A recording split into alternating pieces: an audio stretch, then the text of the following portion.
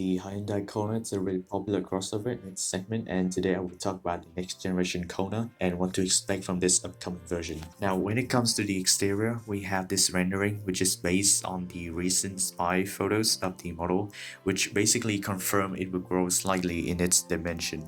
This transformation has been reflected in this rendering, and we can say that the new Kona looks a bit more mature than the outgoing model. However, we do expect the new Kona to grow slightly versus the outgoing model.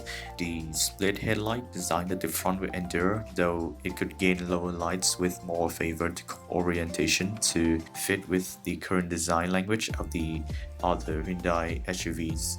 But it comes without no surprise that the new Kona will share the very same similar styling with the current Tucson. And this can be seen around the wheels, where angular wheels arches are looking underneath the cloth coverings in the recent spy shots. These shapes strongly remind us of the larger Tucson and the same edgy design language that can mostly be seen at the back too. The rear end is still very much invisible to the eye, though from the recent spy shots we can see that at the heavy camouflage there is an exhaust pipe, suggesting this could be a mild hybrid or plug-in hybrid model. With the introduction of the smaller Bion and the larger Tucson growing in size, there's room for the Kona to grow too. The outgoing Kona sits on the very same platform as the first generation Nero, but the upcoming second generation Nero uses the larger latest iteration of the K platform, and the Kona is likely to follow. Hyundai is expected to give the Kona a glitzier overall appearance and a more luxurious cabin. The 2023 Kona is probably going to offer many goodies that are not on the list with the current model. The Kona is going digital, with what appears to be a single piece of glass spanning half the dash. The insider sources suggest it could follow a similar format to the layout in the Ioniq 5, with a dedicated screen for the driver views with the center infotainment display. Another detail inside the new Kona is the lack of Hyundai logo. Instead, it will have Hyundai lettering.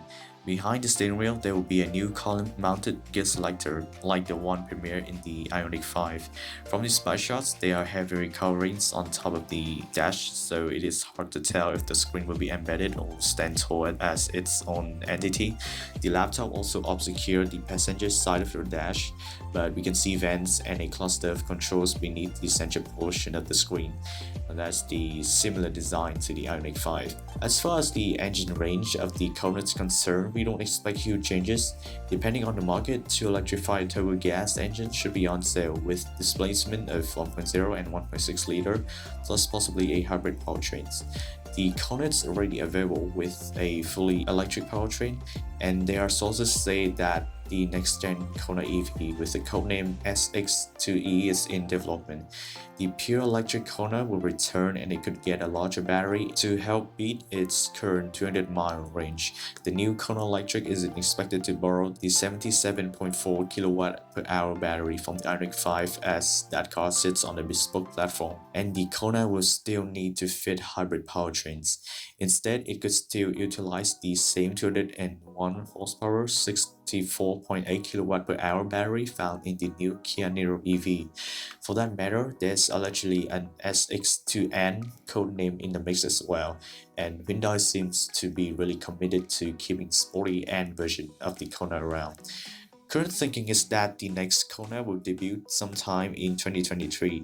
As we have seen with other Hyundai models, it will likely appear first in South Korea and will be followed by global markets. Expect pricing to rise from the current £17,500 starting price tag to around £20,000, which is around $23,000. So there you have it, that's my overview on the upcoming Hyundai Kona. You can comment down below for your thoughts on this car, and also feel free to like and subscribe.